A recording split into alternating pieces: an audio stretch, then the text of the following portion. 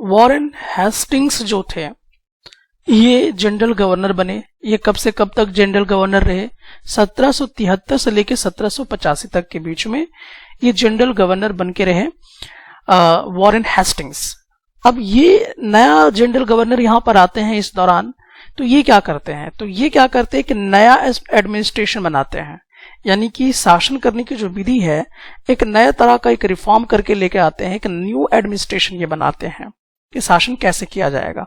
ठीक है, तो इन्होंने एक नया चीज लेकर आया और ये जो थे इनके कार्यकाल के दौरान ही जो ईस्ट इंडिया कंपनी है उसके पावर का सबसे ज्यादा एक्सपेंशन जो है आपको इसी दौर में देखने को मिलेगा। इन्होंने किया क्या था? इन्होंने एडमिनिस्ट्रेशन को डिवाइड कर दिया था 3 भागों में, और एक्चुअली जब इन्होंने डिवाइड किया था तो हर यूनिट को इन्होंने एक नाम दिया था, प्रेसिडेंसी का नाम दिया था। ठीक है, तो जब ये डिवीजन करते थे तो उसका नाम क्या रखा गया? प्रेसिडेंसी। तो प्रेसिडेंसी 3 भागों में डिवाइड की गई थी, जैसे बंगाल, मद्रास और बॉम्बे। तो ये 3 भाग में डिवाइड कर दिए गए क्षेत्र को। बंगाल अलग हो गया, मद्रास हो गया, बॉम्बे हो गया, और इन तीनों को मिलाकर हम क्या कहेंगे? प्रेसिडेंसी। तो इस प्रेसिडेंसी का एक रूल उन्होंने लेकर आया, और एक्चुअली यहां पर जो गवर्नर होता था, जो शासन व्यवस्था जो संभाला जाता था, वो किसके हाथ में होता था? गवर्नर के हाथ में था, यानी कि वॉरेन हेस्टिंग्स के हाथ में उस समय था। तो इन्होंने एक नियम कानून बना लिया कि भाई गवर्नर के हाथ में ही ये सारा होगा, और जितना भी आपका प्रेसिडेंसी होगा, यानी कि बंगाल में शासन कैसे चलेगा, मद्रास में कैसे चलेगा, बॉम्बे में कैसे चलेगा, ये तमाम चीजें कौन निर्णय लेगा?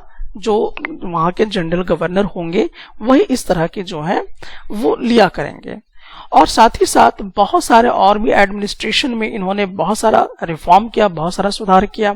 तो चलिए अब हम लोग देखते हैं कि इन्होंने किस किस प्रकार से जो है वो सुधार किया था। तो जब 1772 का समय आया तो 1772 के आसपास में एक जस्टिस के लिए, न्याय के लिए एक नया सिस्टम बनाया गया जस्टिस के लिए। ठीक है, इसकी स्थापना की गई और वहां पर 2 कोर्ट बनाए गए। तो एक कोर्ट था क्रिमिनल कोर्ट और दूसरा कोर्ट था आपका सिविल कोर्ट। तो जो क्रिमिनल कोर्ट था उसको हम फौजदारी अदालत कहते थे, और जो सिविल कोर्ट था उसको दीवानी अदालत कहा करते थे।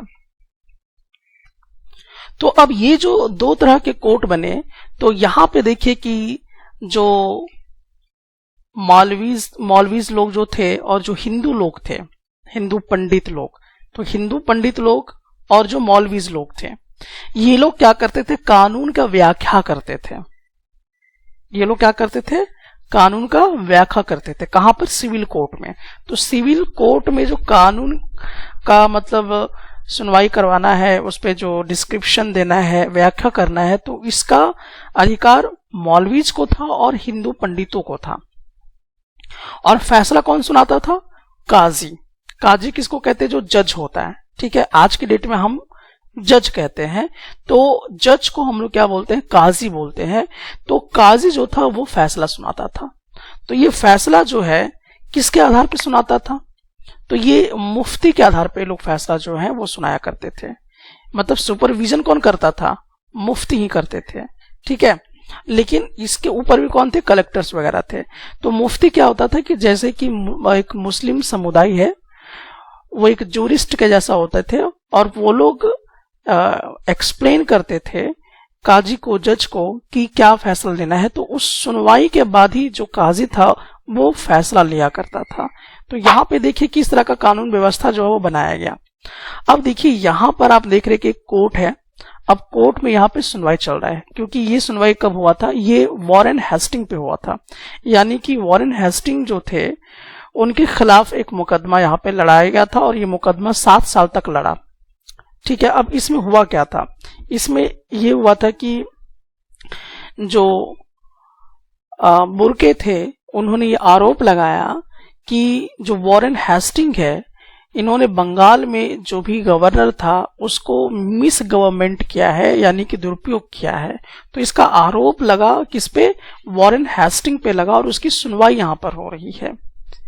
तो और ये सुनवाई जो था ये 7 साल तक चलता रहा।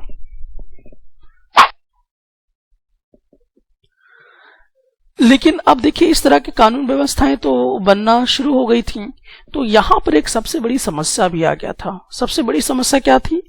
ब्राह्मण पंडित को लेकर सबसे बड़ी समस्या आ गई थी। अब ब्राह्मण पंडित को लेकर ऐसा क्या समस्या आ गया था? क्योंकि ब्राह्मण पंडित लोग क्या करते थे कि जब भी कानून की व्याख्या करते थे तो धर्मशास्त्र जो उनका होता था, धर्मशास्त्र के आधार पर ये कानून व्यवस्था को लागू करते थे। तो ये हर जगह पर अलग अलग हो जाता था, एक जैसा नहीं हो पाता था। तो ये कहीं ना कहीं जो है एक बहुत बड़ा समस्या जो है वो क्रिएट कर रहा था। तो आप यहाँ पे देखिए कि हिंदू समाज में ही ब्राह्मण जो लोग थे वो धर्मशास्त्र के आधार पे कानून का व्याख्या करना शुरू कर दिए थे। जो भारत में कई तरह के जातियां थे तो वहां पर डिसीजन लेना बहुत मुश्किल हो जाता था कि किसके लिए क्या डिसीजन होना चाहिए। तो धर्म क्षेत्र के आधार पर, धर्मशास्त्र के आधार पर ब्राह्मण पंडित लोग डिसीजन लिया करते थे या कानून का व्याख्या करते थे। तो ये एक बहुत बड़ी समस्या बन गई थी। तो अंततः लास्ट में इसको एक सूत्र में पिरोया जाए, यूनिफॉर्मली कानून लाया जाए। तो 1775 में 11 पंडितों को कहा गया कि भाई आप लोग मिलके एक हिंदू कानून बना लीजिए, ठीक है, जो सब जगह पे अच्छे से काम कर सके। और उसी तरह से फिर 3 साल बाद 1778 में मुस्लिम लॉ भी बनाया गया, मुस्लिम कानून भी बनाया गया, क्योंकि वहां का भी जो है अलग अलग रीति रिवाज के हिसाब से काम कर रहा था। तो अगर आप यहाँ पे देखेंगे कि जाति यानी कि कास्टिज्म पे यहाँ पर बंटवारा जो है लगभग आपको देखने को मिलेगा और कानून व्यवस्था में चेंजेस देखने को मिलेगा। फिर जब आता है 1773 तो उस समय एक कानून पारित होता है जिसको रेगुलेटिंग एक्ट कहा करते हैं। तो रेगुलेटिंग एक्ट जो है ये एक कानून यहाँ पर आता है और इसमें एक नया सुप्रीम कोर्ट जो है उसकी स्थापना की जाती है। तो एक कोर्ट बनती है और उस कोर्ट का नाम है सदार निजामत अदालत, जो कि कलकत्ता में बनाया गया था। तो इस रेगुलेटिंग एक्ट के रूल के अकॉर्डिंग ही क्या हुआ था कि एक सुप्रीम कोर्ट की जो है वो स्थापना की गई थी। लेकिन यहाँ पर ये तमाम चीजें, भली कोर्ट वगैरह सब कुछ बन गया था या थोड़ा सा व्याख्या करने का जो पंडितों को या मुस्लिमों को मिला वहां तक तो ठीक है, लेकिन फाइनली एक्चुअली देखा जाए तो ये पूरा कंट्रोल किसके हाथ में था? कलेक्टर के हाथ में था। कलेक्टर ही सजेस्ट करता था। कलेक्टर का काम क्या था कि जो रेवेन्यू होता था उसको कलेक्ट करे, जो टैक्स होता था उसको कलेक्ट करे, और सब जगह पे कानून व्यवस्था बना रहे, इसका भी पावर किसके पास था? कलेक्टर के पास था। तो कलेक्टर कोई छोटा मोटा चीज नहीं था, बहुत बड़ा चीज था, इसको बहुत बड़ा पावर मिला हुआ था। आज भी आप देखते हैं कलेक्टर के विषय में कि आपको आईएएस बनना है, इस फील्ड में आपको जाना है, तो ये कलेक्टर बनने का जो रिवाज है ये अंग्रेजों ने शुरू कर रखा था और इनके पास बहुत सारा पावर जो है वो इनको मिल चुका था।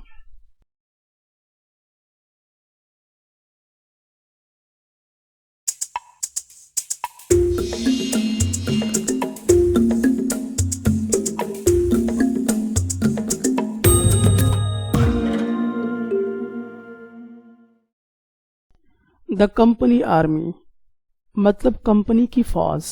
जब ईस्ट इंडिया कंपनी यहाँ पर अपना शासनकाल बनाना शुरू करी तो अब हम थोड़ा सा उसे विजुअलाइज करने का प्रयास करें कि जो ईस्ट इंडिया कंपनी है वो किस तरह की फौज या आर्मी रखना शुरू कर दी थी।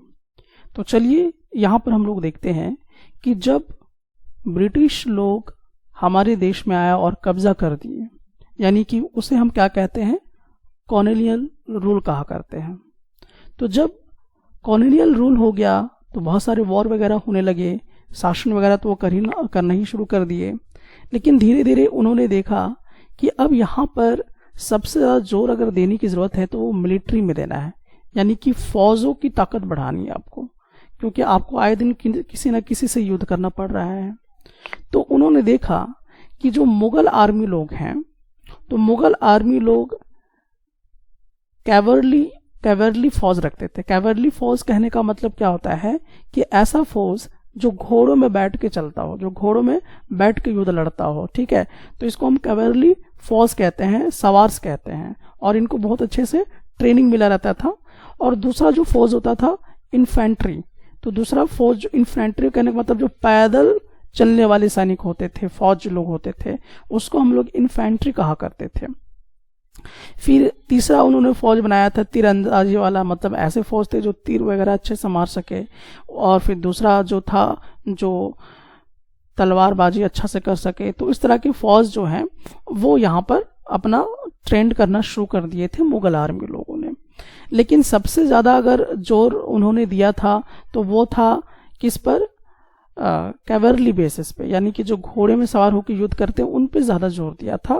पैदल वाले यानी कि इन्फेंट्री जो सैनिक थे उन पे इनका जोर कम था। जब कहीं पर युद्ध वगैरह होता था तो जो लोकल जमींदार लोग होते थे वो क्या करते थे कि जो उनके यहाँ गुलाम बन के जो मजदूर लोग रहते थे, जो किसान लोग रहते थे, उसको हथियार सीधा पकड़ा देते थे और उनको क्या कर देते थे कि उनको इन्फेंट्री सैनिक में तब्दील कर देते थे, यानी पैदल वाला सैनिक बना देते थे और युद्ध में भिड़ा दिया करते थे। तो एक तो यहां पर आप देख रहे हैं कि मुगल आर्मी किस तरह से बना हुआ था। तो ये तो मुगल आर्मी की बातचीत हुई। अब हम बात करते हैं कि जो कंपनी थी, यानी कि जो ईस्ट इंडिया कंपनी थी, वो किस तरह का आर्मी बना रहा था, वो अब यहाँ पे देखने की जरूरत है। तो यहाँ पर आप देखेंगे कि एक आपको चेंजेस देखने को मिलेगा।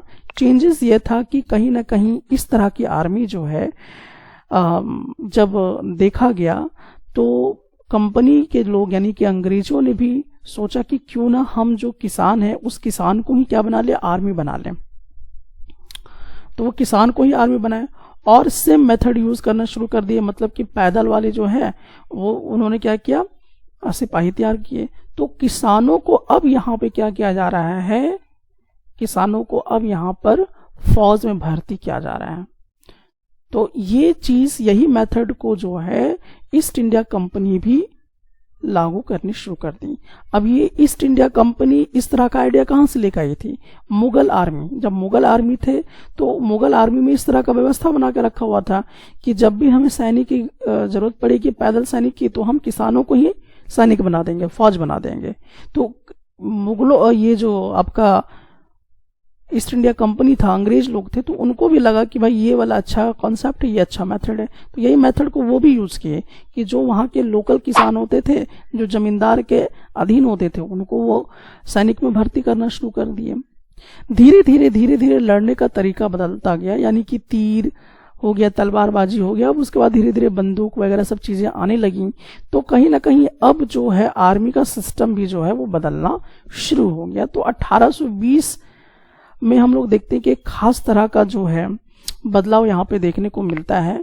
यहाँ पर आप देखेंगे कि जो कंपनी है वो क्या करती है कि जो कैलवरी फौज होती है उसको धीरे धीरे कम करना शुरू करती है। मतलब घोड़े में सवार होकर जो युद्ध करने वाली फौज होती है उसको धीरे धीरे कम करना शुरू करती है।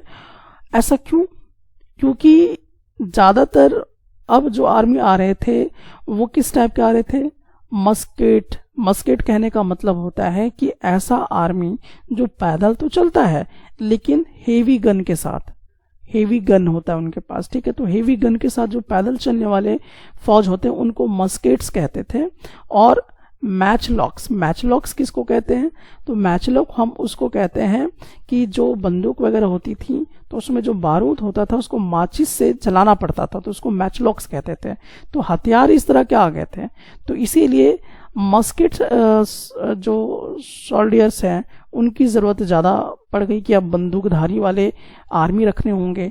अब बंदूकधारी वाले आर्मी रखने होंगे तो डेफिनेटली अब जब इनका युद्ध हुआ ईस्ट इंडिया कंपनी का बर्मा में, अफगानिस्तान में, इजिप्ट में, तो यहां पर इनको जरूरत ज्यादातर किस तरह के सैनिकों की पड़ी, इन्फेंट्री रेजिमेंट्स की जरूरत पड़ी, यानी पैदल चलने वाले, ताकि ये बंदूक वगैरह लेके चल सके, क्योंकि तलवार का कॉन्सेप्ट तो रहा नहीं यहाँ पर। तो इस तरह के लिए उनको क्या ज्यादातर जरूरत पड़ी, जो इन्फेंट्री रेजिमेंट्स है, यानी जो पैदल चलने वाले सैनिक लोग थे, फौज लोग थे, जो इस तरह के बंदूक वगैरह लेके चल सकते थे। तो उस तरह की सैनिक की जरूरत पड़ती है ईस्ट इंडिया कंपनी को, यानी अंग्रेजों को। तो आप देखते हैं यहाँ पर है कि कंपनी जो है वो किस तरह की फौज तैयार करना शुरू कर दी थी।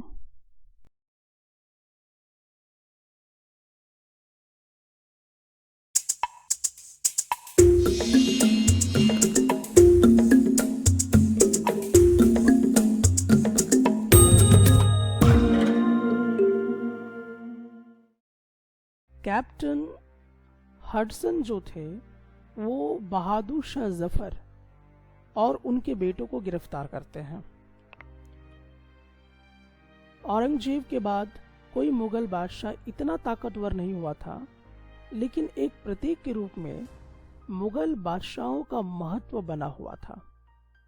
जब 1857 में ब्रिटिश शासन के विरुद्ध भारी विद्रोह शुरू हो गया, तो विद्रोहियों ने मुगल बादशाह बहादुर शाह जफर को ही अपना नेता मान लिया था। जब विद्रोह कुचल दिया गया, तो कंपनी ने बहादुर शाह जफर को देश छोड़ने के लिए मजबूर कर दिया और उनके बेटों को जफर के सामने ही मार डाला। जिज्ञासा। दिल्ली जो है ये एक इफेक्टिव सेंटर के तौर पे, यानी कि प्रभावी केंद्र के रूप में ये ज्यादा दिनों तक लंबा नहीं टिक सका। आखिरकार ऐसा क्यों हुआ था? तो चलिए हम इस सवाल का जवाब पता लगाते हैं। तो दरअसल जो औरंगजेब थे, जो कि एक मुगल बादशाह थे, मुगल रूलर्स थे, और ये आखिरी लेकिन सबसे ज्यादा ताकतवर मुगल बादशाह में से एक थे।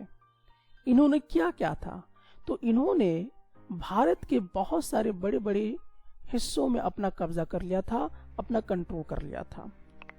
लेकिन जब इनकी डेथ हो गई, जब ये मर गए 1707 में, तो जो मुगल गवर्नर्स थे, यानी जिनको हम सूबेदार कहते हैं, और जो बड़े बड़े जो जमींदार थे, वो क्या करने लगे, अपनी ताकत जो है वो दिखाना शुरू कर दिए और अपने अपने क्षेत्र में जो है इन्होंने कब्जा कर लिया। उसी तरह से जैसे जैसे क्षेत्र में, अपने क्षेत्र में जैसे जैसे लोग अपने कब्जा को करते चले गए और एक रियासत बनाना शुरू कर दिए भारत के अलग अलग जगहों पर, तो जब इस तरह से किंगडम्स बनने लगे, तो कहीं ना कहीं जो दिल्ली है, उस जो कि एक बहुत ही इफेक्टिव सेंटर के रूप में माना जाता था, वो जो है उतना ज़्यादा इफेक्टिव नहीं रह पाया। क्या आप जानते हैं कि अंग्रेज पहले पहल एक छोटी सी व्यापारिक कंपनी के रूप में भारत आए थे और यहाँ के इलाकों पर कब्जे में उनकी कोई ज्यादा दिलचस्पी नहीं थी। तो फिर ऐसा कैसे हुआ कि एक दिन वे इस विशाल साम्राज्य के स्वामी बन बैठे? चलिए हम लोग देखेंगे कि यह कैसे हुआ।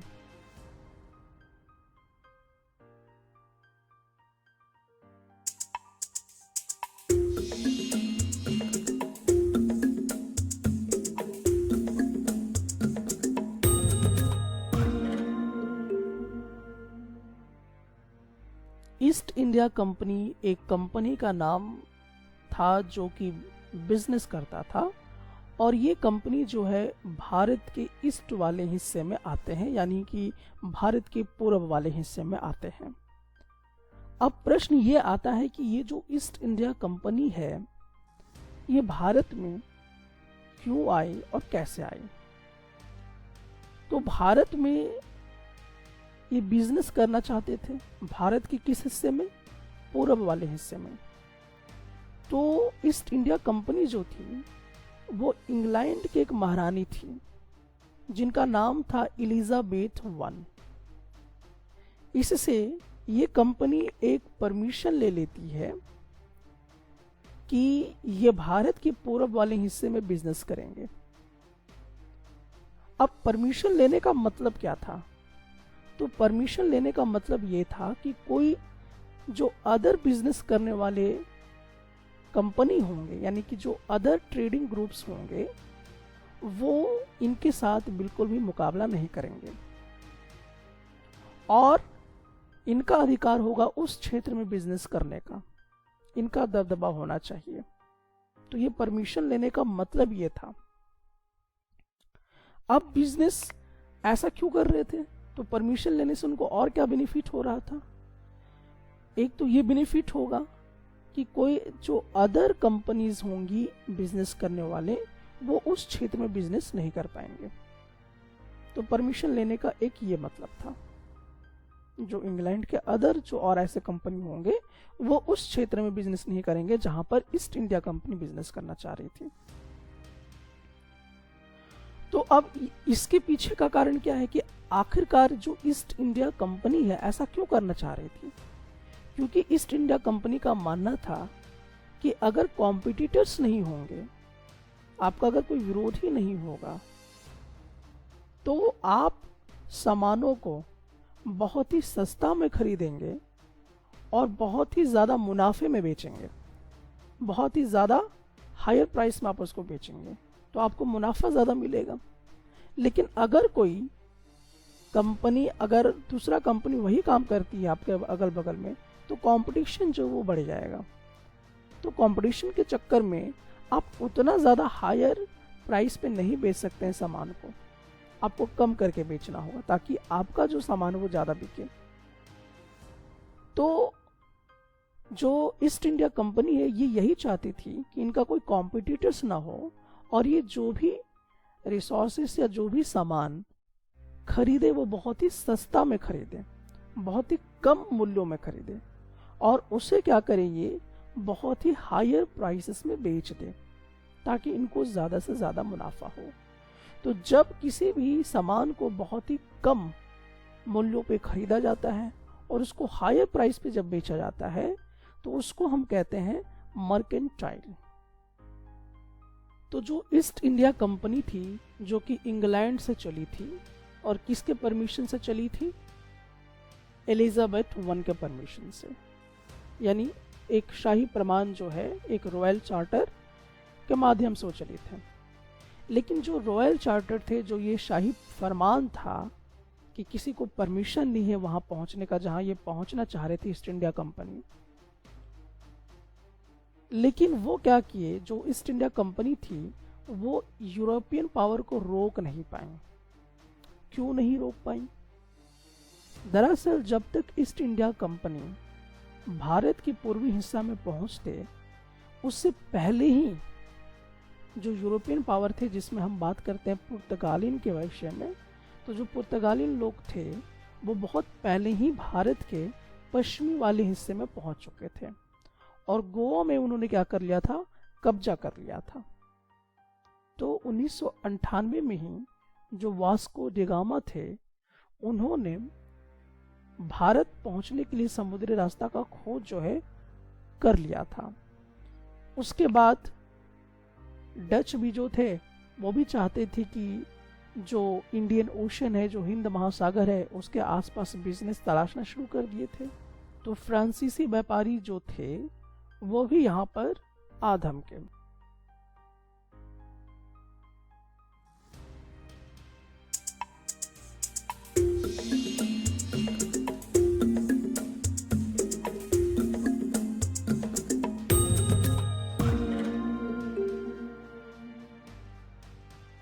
तो जब अलग अलग कंपनियां भारत के इस हिस्से में पहुंचने लगीं, तो जो कंपनीज थीं वो एक ही चीज खरीदने में ज्यादा दिलचस्पी ले रही थी। अब इससे क्या हो रहा था, जैसे कि भारत में, इंडिया में सूती का जो कपड़ा था वो बहुत ज़्यादा बन रहा था, जो सिल्क यानी कि जो रेशम है उसका उत्पादन ज़्यादा हो रहा था। तो जो सिल्क है, जो कॉटन है, इसका यूरोप में बहुत ही ज़बरदस्त मार्केटिंग चल रही थी। साथ ही साथ जो काली मिर्च है यानी कि पेपर, लौंग यानी क्लॉव्स, कार्डामोम यानी इलायची वगैरह, और जो सिनामोम है यानी जिसको हम दालचीनी कहते हैं, इसका भी बहुत ही ज़बरदस्त तरीके से डिमांड था मार्केट में। तो जो कंपनीज थी वो इन्हीं सब चीज़ों को खरीदना चाहती थी, एक ही चीज़ को खरीदना चाहती थी, इन्हीं सब सामानों को खरीदना चाहती थी और बेचना चाहती थी। लेकिन क्योंकि बहुत सारी कंपनियां आ चुकी थी तो कंपटीशन जो था वो बढ़ गया था।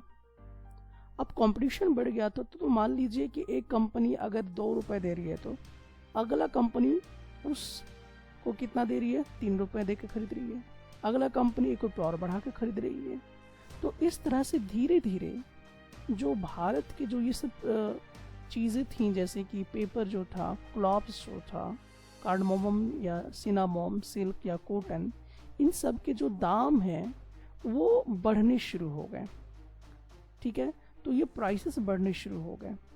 अब प्राइसेस बढ़ने शुरू हो गए, तो जितना मुनाफा वो बेच कर कमाना चाहते थे वो मुनाफा कंपनियों को नहीं हो रहा था। तो अब क्या उनके पास रास्ता बचता है मुनाफा कमाने के लिए? क्या कर सकते थे वो? तो उन्होंने सोचा कि अब हमें एक दूसरे को क्या करना पड़ेगा, खत्म करना पड़ेगा। एक कंपनी दूसरी कंपनी को क्या करे, खत्म करे। अब ये खत्म कैसे करेंगे? तो क्या करते थे ये कि जो जहाज समुद्र के रास्ते जाते थे उसको वो लोग डुबो देते थे, जो रास्ता से वो लेके आते थे उस रास्ता को ब्लॉक कर देते थे। तो जितना सप्लाई वाला जो भी रूट था जिससे सामान आते जाती थी, तो एक कंपनी दूसरी कंपनी को क्या करते थे, बाधा पैदा करते थे कि वो सामान को ज्यादातर ना बेच सके। तो ये जो व्यापार चल रहा था, ये जो ट्रेड चल रहा था, एक्चुअली ये हथियार के बलबूते पे चल रहा था। और जहां पर जो व्यक्ति या जो कंपनी अपना सामान रख लेता था तो वहां पे चारों तरफ से घेराव कर देता था ताकि वहां पे कोई उनको नुकसान पहुंचाने ना आए, जिसको कीलाबंदी हम लोग कहते हैं। अब इस कीलेबंदी से क्या हुआ कि जो वहां के लोकल राजा लोग थे, भारत के जो लोकल राजा लोग थे, उनको बड़ा दिक्कत होने लगा। तो कहीं ना कहीं जो कंपनीज थी वो ना ही तो ठीक से बिजनेस कर पा रहे थे और ना ही तो ठीक से पॉलिटिकल सिस्टम को संभाल पा रहे थे जो भारत में था।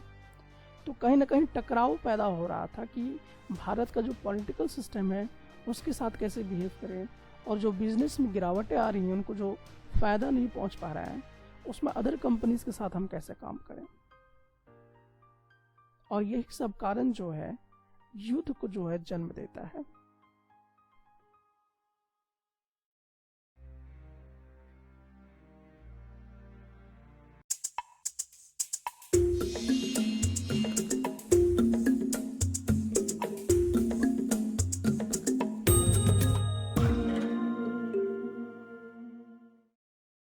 दीजिए कि हम यहाँ पे किला वगैरह बना सकें, लेकिन जो नवाब थे बंगाल के वो बिल्कुल भी मानने को तैयार नहीं थे। और अंततः धीरे धीरे इस तरह का जो विवाद है वो बैटल ऑफ प्लासी के रूप में तब्दील होता जा रहा था। अब हम जानेंगे बैटल ऑफ प्लासी क्या है, यानी कि एक युद्ध होगा अब, और उस युद्ध का नाम है बैटल ऑफ प्लासी। तो हम बैटल ऑफ प्लासी तक क्यों पहुंच रहे हैं? हम लोग एक युद्ध तक पहुंच रहे हैं। तो ये युद्ध क्यों होने जा रहा है? क्योंकि जो अंग्रेज थे, जो अपना ईस्ट इंडिया कंपनी चला रहे थे, और जो बंगाल के जो नवाब थे, उनके बीच में काफी मतभेद आ चुका था।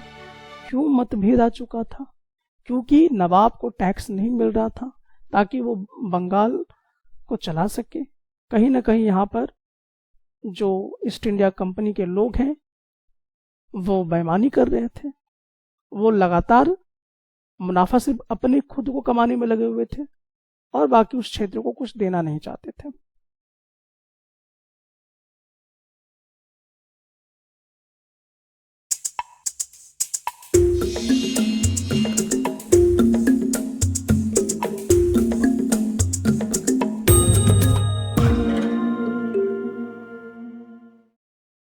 द बैटल ऑफ प्लासी यानी प्लासी का युद्ध। तो प्लासी का युद्ध देखने से पहले हम लोग कुछ इंटरेस्टिंग फैक्टर्स को देखेंगे। यहाँ पे आप देख पाएंगे कि आखिरकार प्लासी जो नाम है वो कैसे पड़ा। तो दरअसल जो प्लासी है वो प्लासी नहीं था बल्कि प्लाशी था। जो ओरिजिनल नेम था वो क्या था? प्लाशी था, जबकि अंग्रेजों ने इसे बिगाड़ कर क्या कर दिया? प्लासी कर दिया। प्लासी और प्लाशी में फर्क होता है। तो प्लाशी शब्द कैसे मिला? क्योंकि इस जगह पर प्लाश का पेड़ पाया जाता था और इसमें लाल फूल जो है वो हुआ करते थे, और उन लाल फूलों का इस्तेमाल गुलाल पाउडर वगैरह बनाने में किया जाता था। गुलाल जिसको हम लोग होली वगैरह खेलने में जो अबीर वगैरह इस्तेमाल करते हैं, उसमें बनाने के इस्तेमाल में ये गुलाल आता है, उसी से गुलाल बनती है और ये प्लाश के पौधों से बनती है। तो जो प्लाश है तो उस प्लाश को सही से वो प्रोनाउंसिएशन अंग्रेज नहीं कर पाए, इसीलिए वो प्लासी बोल दिए, प्लाशी को प्लासी बोल दिए। तो जो युद्ध होता है अंग्रेजों के बीच में तो उसको कहा जाता है प्लासी युद्ध। तो प्लासी युद्ध क्या है, चलिए अब हम लोग समझने का प्रयास करते हैं। क्यों हुआ था प्लासी युद्ध, क्या इसके अंजाम हुए, क्या इसके परिणाम मिले, वो तमाम चीजें हम यहाँ समझने का प्रयास करेंगे।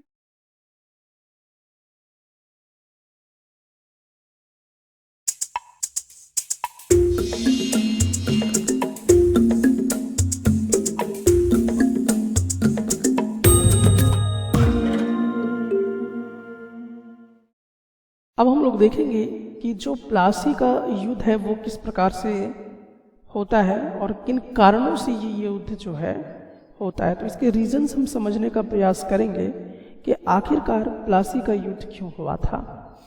तो दरअसल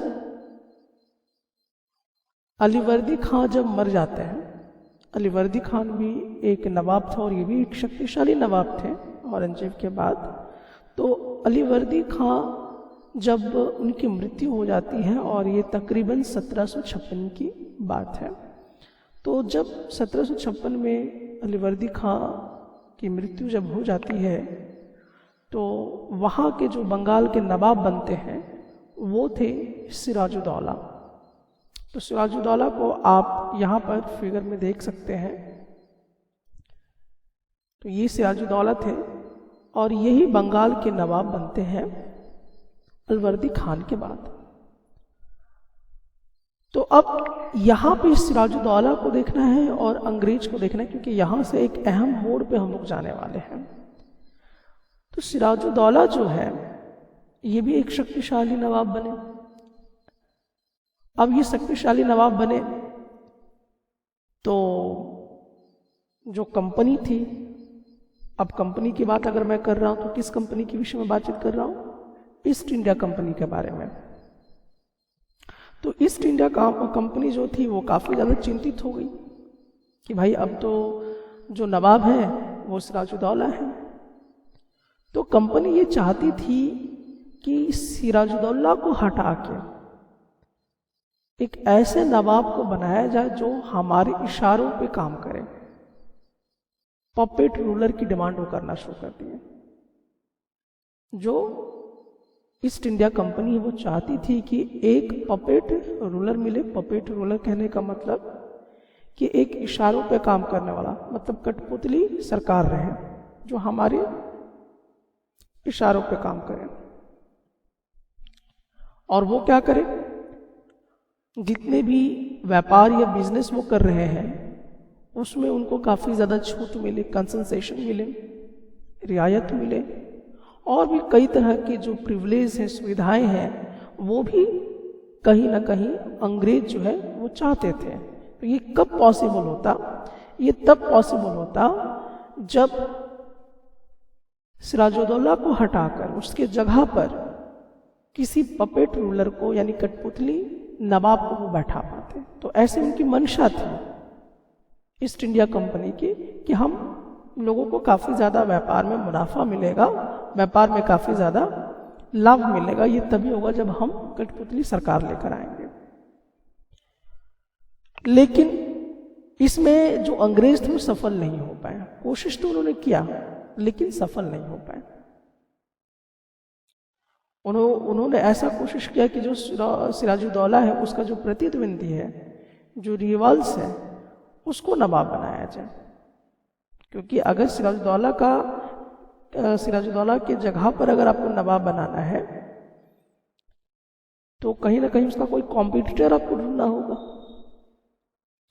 तो उसका प्रतिद्वंदी जो है वो ढूंढने का प्रयास किए और बनाने का भी प्रयास किए, लेकिन वो सफल नहीं हो पाए। ईस्ट इंडिया कंपनी सफल नहीं हो पाई। अब हुआ इसका विपरीत। यहाँ से जो मोड़ लिया जाता है वो बहुत ही डेंजर अब रूप लेना शुरू करेगा। यानी कि जो सिराजुद्दौला है अब वो क्या करता है, कंपनी को सीधे सीधे तरीके से ये कह देता है कि जो भी आप यहाँ पर पॉलिटिकल अफेयर्स हैं, जो भी राजनीतिक मामला है, उसमें आप टांग ना अड़ाएं।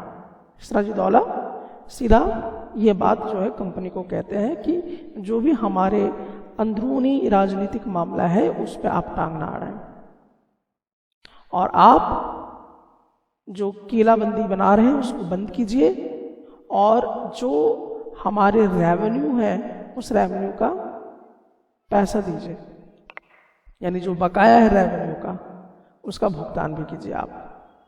तो ये कौन बोलता है? सिराजुद्दौला बोलता है, कंपनी को बोलता है कि जो रेवेन्यू है वो चुकाइए आप और किलाबंदी जो आप चारों तरफ कर रहे हैं वो अब बंद कीजिए। अब दोनों के बीच में, यानी कि जो अंग्रेज हैं और जो सिराजुद्दौला है, दोनों के बीच में खिटपिट होने लगी, बात नहीं बनने लगी। तो जब बात नहीं बनने लगी तो उसके बाद जो नवाब थे सिराजुद्दौला, वो चढ़ाई कर देते हैं इंग्लिश फैक्ट्री में, जहां पे अंग्रेजों ने एक फैक्ट्री बनाया था। कहां पे बनाया था? कासिम बाजार में। तो कासिम बाजार में एक फैक्ट्री थी जो ईस्ट इंडिया कंपनी की थी। तो वहां पर जो सिराजुद्दौला नवाब है वो अपने 30,000 सैनिकों के साथ वहां पर चढ़ाई कर देते हैं और जितने भी वहां के अफसर होते हैं कंपनी के, उन सबको बंदी बना लेते हैं। और जो वेयर हाउस बनाया हुआ था, वेयर हाउस जहाँ पे सामान वगैरह इकट्ठा होता था, तो वहाँ पर भी उन लोगों ने ताला लगा दिया, अपने कब्जे में ले लिया। और जितने भी अंग्रेज थे उन सभी के पास जो हथियार थे, जो बंदूकें थे, वो सभी छीन लेते हैं। और जितना भी अंग्रेज का आने जाने का जो जहाज था, शिप वगैरह, उन सब को भी वो क्या कर देते हैं? ब्लॉक कर देते हैं, रास्ता में बहुत सारे अड़चने पैदा कर देते हैं। तो ये तमाम जो है सिराजुद्दौला जो है ईस्ट इंडिया कंपनी के खिलाफ करना शुरू कर देता है। अब सिराजुद्दौला चाहते थे कि अब वो कंपनी के उस भाग को कब्जे में ले जो कोलकाता में था। जो कलकत्ता में अंग्रेजों ने जो बनाया हुआ था अपना फैक्ट्री, उस फैक्ट्री पे अब कब्जा करना चाह रहे थे कौन? सिराजुद्दौला नवाब।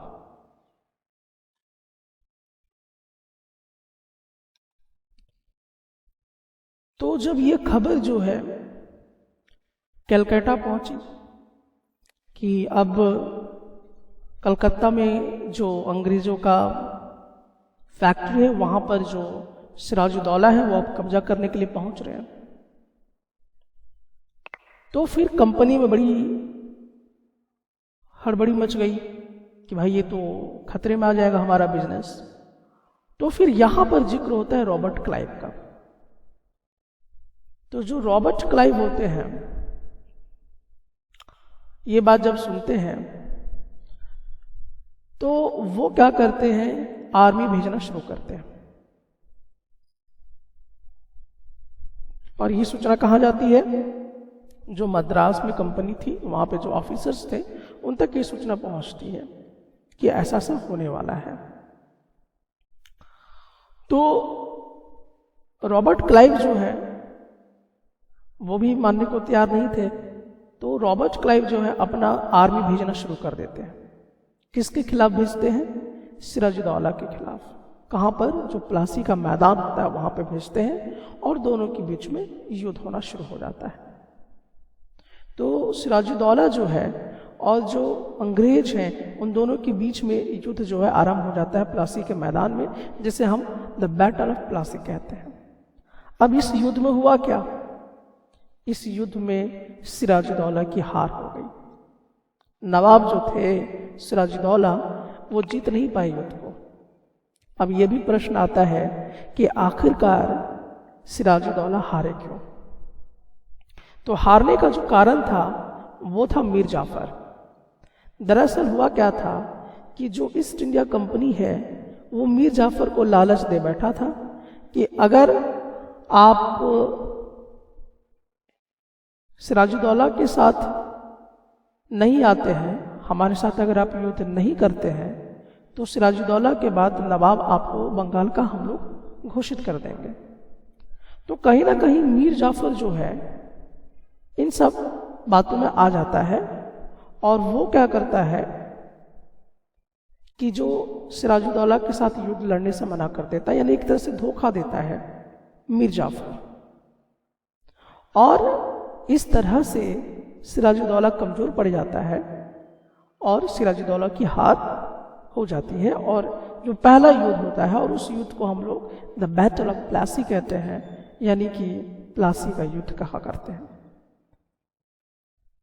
अब यहां पर जब सिराजुद्दौला हार जाते हैं तो उसकी मृत्यु भी कर दी जाती है, उनको मार भी दिया जाता है।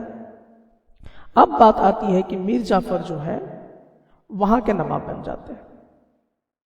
लेकिन इस दौरान भी थोड़ा समझने की जरूरत यह है कि अंग्रेज भले ही अभी सिराजुद्दौला को हरा चुके हैं, मार चुके हैं, लेकिन वो वहां के राजा नहीं बन रहे, वो किसी और को बना रहे हैं। किसको बना रहे हैं? मीर जाफर को बना रहे हैं। तो यहाँ पे प्रश्न आता है कि सीधा सीधा जो है अंग्रेज चाहते तो राजा बन सकते थे, लेकिन बने नहीं। तो इसका कारण ये था कि जो अंग्रेज थे वो ये नहीं चाहते थे कि और ज़्यादा विवाद हो कहीं और से।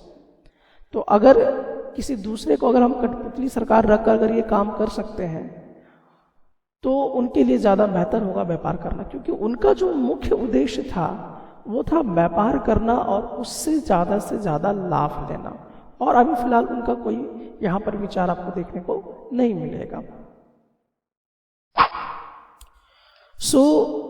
जब बैटल ऑफ प्लासी हुआ तो the battle of Plassey became famous because it was the first major victory the company won in India.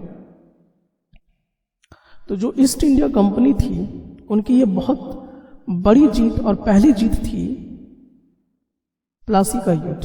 Plassey के युद्ध में सिराजुद्दौला को हराकर उन्होंने बहुत कुछ हासिल कर लिया, ये उनकी पहली जीत थी। अब देखिए हुआ क्या कि सिराजुद्दौला को तो मार दिया गया, सिराजुद्दौला को हरा दिया गया प्लासी युद्ध में। तो वहां पर एक दूसरे नवाब को बनाया गया जिसका नाम था मीर जाफर। तो मीर जाफर जो है उनको वहां का नवाब बना दिया गया। लेकिन मीर जाफर को भी क्या करना पड़ता था कि अपनी जो जनता है उसको खुश रखना पड़ता था। उनके साथ भी उतना ज़्यादा अन्याय वो नहीं कर सकता था, उतना ज़्यादा टैक्स वो उनसे नहीं वसूल सकता था। तो कहीं ना कहीं वो अपने आप को बचा नहीं पाया और इसके लिए वो भी कहीं ना कहीं जो है आनाकानी करना शुरू कर दिया था, लगातार शिकायतें करना शुरू कर दिया था। तो उसकी वजह से जो कंपनी है यानी कि जो ईस्ट इंडिया कंपनी है मीर जाफर को हटा देती है नवाब से और किसको बनाती है? मीर कासिम को। मीर कासिम को वहाँ का नवाब वो बना डालते हैं। और जब मीर कासिम भी लगातार क्या करता है? आनाकानी करना शुरू कर देता है, तो उसको फिर से क्या किया जाता है? हरा दिया जाता है। और एक्चुअली एक युद्ध होता है मीर कासिम के बीच में, जब वो बार बार कंप्लेन करना शुरू करता है, शिकायत करना शुरू करता है कि हमें भी कुछ चाहिए, तो मीर कासिम और कंपनी के बीच में फिर युद्ध हो जाता है और उस युद्ध में मीर कासिम की हार होती है। और वो जो युद्ध होता है जिसको हम लोग कहते हैं बक्सर, तो बक्सर की लड़ाई यहाँ पर हो जाती है जिसको हम लोग कहते हैं बक्सर का युद्ध। तो बक्सर का युद्ध होता है मीर कासिम और ईस्ट इंडिया कंपनी के बीच में, जो 1764 में होता है। और उसके बाद ये भी युद्ध जो है ईस्ट इंडिया कंपनी हराती है, इसमें जीत उनको हासिल होता है। और फिर से जब मीर कासिम को हटा दिया जाता है तो मीर जाफर को फिर से क्या किया जाता है? वहाँ का नवाब बना दिया जाता है। और अब क्या होने लगा कि इसी मीर जाफर से कंपनी जो है हर महीने 5 लाख रुपया लेने लगी। तो जब इस तरह के वो कठपुतली नवाब बनाते थे तो कहीं ना कहीं अंग्रेजों को अब परेशानी महसूस होने लगा कि अब इस तरह के कठपुतली नवाब से कोई फायदा नहीं है, अब उन लोगों को खुद इसका नवाब बनना पड़ेगा। तो जो रॉबर्ट क्लाइव थे उन्होंने ये डिक्लेयर किया, ऐलान किया कि we must indeed become nawab ourselves, कि अब हमें खुद ही क्या करना होगा? नवाब बनना होगा। और फाइनली 1765 में जो मुगल सम्राट थे उन्होंने ही कंपनी को दीवान घोषित कर दिया। बंगाल का जो प्रांत था, जो प्रोविनेंस था, वहाँ पर कंपनी को ही वो लोग दीवान घोषित कर दिए। अब दीवान घोषित कर दिए तो इसका क्या मतलब था? इसका ये मतलब था कि अगर अंग्रेजों को दीवानी वहाँ पर मिल जाती है तो वो बड़े पैमाने पे रेवेन्यू जो है, जो बंगाल का रिसोर्सेस है, उसको वो सीधा सीधा यूज कर सकते थे। अब बहुत बड़ी समस्या बिल्कुल उनके सामने नहीं थी।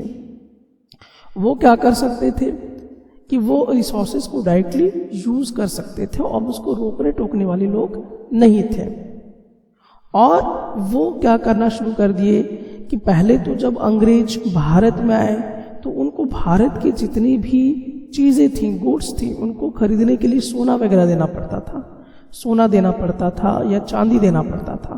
तो अब इसकी भी ज़रूरत उनको नहीं पड़ती थी, क्योंकि जो उनको दीवानी वहाँ पे मिल गई थी, उस दीवानी से ही उन्होंने क्या किया कि जो वो सामान बेचना शुरू किए तो उनसे ही उनको इनकम मिलने लगा। अपनी फौजें चलाने के, अपने किले बनाने के भी पैसे उन्होंने निकाल लिए, वहाँ रहने का खर्चे भी निकाल लिए। तो इस तरीके से जो सोना और जो चांदी जो था वो जो भारत में आ रहा था, वो कहीं ना कहीं उसका जो रफ्तार वो कम हो जाता है और वो धीरे धीरे यहाँ पर भारत के रिसोर्स को ही यूज़ करके अपना मुनाफा कमाना शुरू करता है और तमाम जैसे कि अपने वो सैनिक वगैरह, अपने खर्चे वगैरह सब निकालना शुरू कर देता है।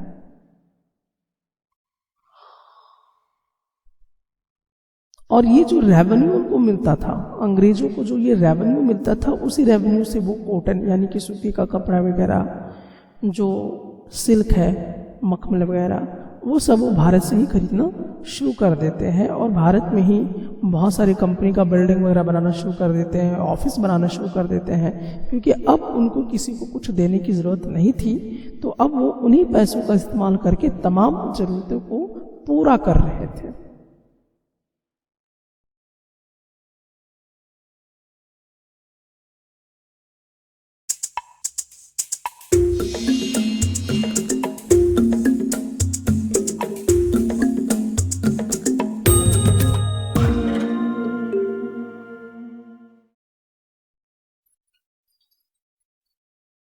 ये रॉबर्ट क्लाइव थे और अब आपको यहाँ पे देखना है कि रॉबर्ट क्लाइव जो है वो क्या क्या करते हैं हमारे भारत देश में। तो यहाँ पे कंपनी ऑफिशियल्स बिकम नवाब, यानी कि जो कंपनी के, ईस्ट इंडिया कंपनी के जो भी अफसर लोग थे वो अब नवाब बन बैठे थे। कंपनी के जितने भी अब अफसर लोग थे वही अब क्या बन रहे थे? नवाब बन रहे थे। तो अब अगर कंपनी के अफसर लोग नवाब बन रहे थे तो इसका क्या मतलब है? तो इसका मतलब ये था कि कंपनी जो है ज्यादा से ज्यादा पावर और सत्ता को हथिया रही थी, अब उनके पास आ गया था। जितनी भी वहां का पावर है, जितना सत्ता है, वो अब किसके हाथों में आ गया? ईस्ट इंडिया कंपनी के हाथों में आ गया। और वहां के जितने और भी नौकरशाही अफसर लोग थे वो लोग भी अब क्या करने लगे? नवाब बनने के सपने भी देखने लगे। तो दरअसल क्या हुआ कि वहां पे जो और एक्चुअल में जो नवाब लोग थे उनको वो मजबूर करने लगे। जो ऑफिसर्स लोग थे, अंग्रेज लोग जो थे, वो मजबूर करने लगे नवाबों को कि भाई हमको गिफ्ट के तौर पे आप जमीन दीजिए और ढेर सारा पैसा दीजिए। तो गिफ्ट के तौर पे ये ज्यादातर मांगने लगे कि आप हमको गिफ्ट के तौर पे जमीन दीजिए या ढेर सारा पैसा आप हमको दीजिए। तो इस तरह से वो वहां के नवाब जो है वो बनने शुरू हो गए। अब बात होती है किसकी? रॉबर्ट क्लाइव की बात होती है। तो रॉबर्ट क्लाइव जो है ये बहुत ज्यादा उस समय जो थे अमीर हो चुके थे जब इनका एज 18 साल का था। जब ये 18 साल के थे, यानी कि 1767 की बात है, 1767 की बात है, तो इनके पास जो रकम थी वो रकम छोटी मोटी नहीं थी, बहुत बड़ी रकम इनके पास थी। 4,01,000 102 पौंड जो है, इतना पैसा रॉबर्ट क्लाइव के पास था। और जब इनको बंगाल का वहां पे गवर्नर चूज किया गया था, तो रॉबर्ट क्लाइव जो थे ये आपके बंगाल के गवर्नर थे, और रॉबर्ट क्लाइव ही आपके पहले गवर्नर बने। तो इनके पास इतनी संपत्ति आ गई थी। और फिर जब दोबारा, यानी कि हम बात करें 1764 में, ये था क्या 1743 की बात है, अब बात आती है 1764 की, तो फिर से इनको अपॉइंट किया जाता है गवर्नर के तौर पर। और इस बार इनको कंपनी भेजती है कि देखिए कि क्या क्या वहां पे करप्शन हुए हैं। तो ये बड़ा हैरत की विषय था कि करप्शन करने वाले तो यही थे, और इन्हीं को ये काम सौंपा गया कि आखिरकार इतना करप्शन क्यों हो रहा है, इसको आप थोड़ा सा क्रॉस एग्जामिन करें। तो एक्चुअली में रॉबर्ट क्लाइव के ऊपर ही क्या हुआ, भ्रष्टाचार के आरोप लगे। और जब भ्रष्टाचार के आरोप लगे तो कोर्ट में गए, कोर्ट में गए तो यहां पर इनके ऊपर जो भी करप्शन के चार्ज लगे थे वो साबित नहीं हो पाया, यानी ये बरी हो गए वहां से।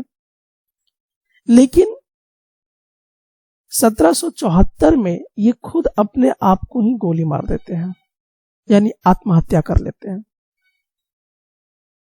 और रॉबर्ट क्लाइव इस तरह से दुनिया से हट जाते हैं। तो आपने देखा कि जो नवाब लोग हैं, किस प्रकार से जो भारत के नवाब थे उनको हटाया गया, और खुद अंग्रेज के जो अफसर लोग थे वही नवाब बन बैठे, और वो बहुत सारे रिसोर्सेस का मनमानी यूज तो कर ही रहे थे, साथ ही साथ बहुत सारा धन दौलत भी यहां से इकट्ठा करना शुरू कर दिए। और भी इनके बाद जितने भी आए वो भी इतना पैसा तो नहीं कमाए, लेकिन उनकी चाहत थी कि वो थोड़ा रईस टाइप के जिंदगी को जिए, क्योंकि उतने बड़े वो नहीं थे, वो बहुत ही आम परिवार से ऑफिसर लोग थे।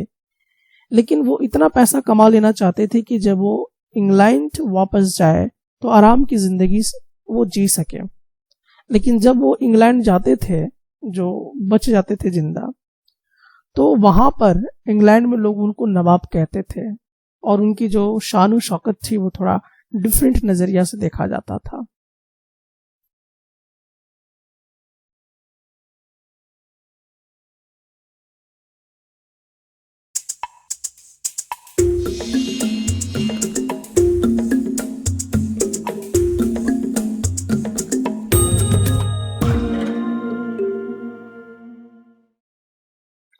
तो जो ईस्ट इंडिया कंपनी थी वो धीरे धीरे अपने शासन को फैलाना शुरू कर दिया।